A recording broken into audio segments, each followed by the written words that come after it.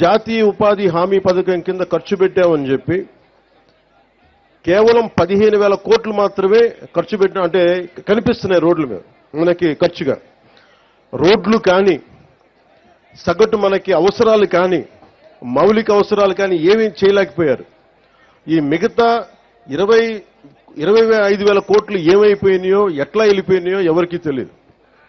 అంటే నిజంగా ఒక పని జరగాలి అంటే గ్రామ సభ తీర్మానం చేయాలి.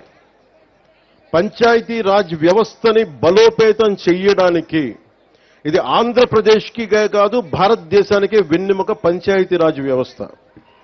అందరూ నన్ను హోమ్ తీసుకోమని ఒకటే కోరుకున్నా. నేను అన్నా హజార్ అంటే పడి చచ్చిపోయాను చిన్నప్పుడు.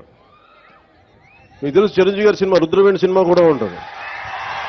అది అన్నా హజారే గారి ప్రేరణతో తీసింది.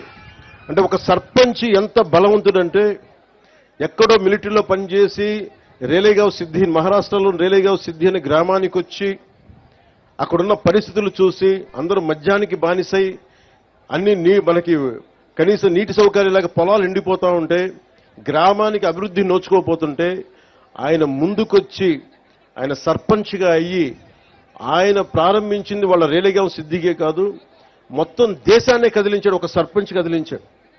అది కూర్చోబెట్టి లోక్పాల్ బిల్లు కానీ ఈ రోజున సమాచార హక్కు చట్టం కానీ ఇవన్నీ ఆయన నాయకత్వంలో జరిగినాయి. అంటే ఒక సర్పంచ్ తలుచుకుంటే దేశాన్ని కదిలించగలిగే శక్తి ఉందనేది మన గ్రామాలు చూపించినాయి.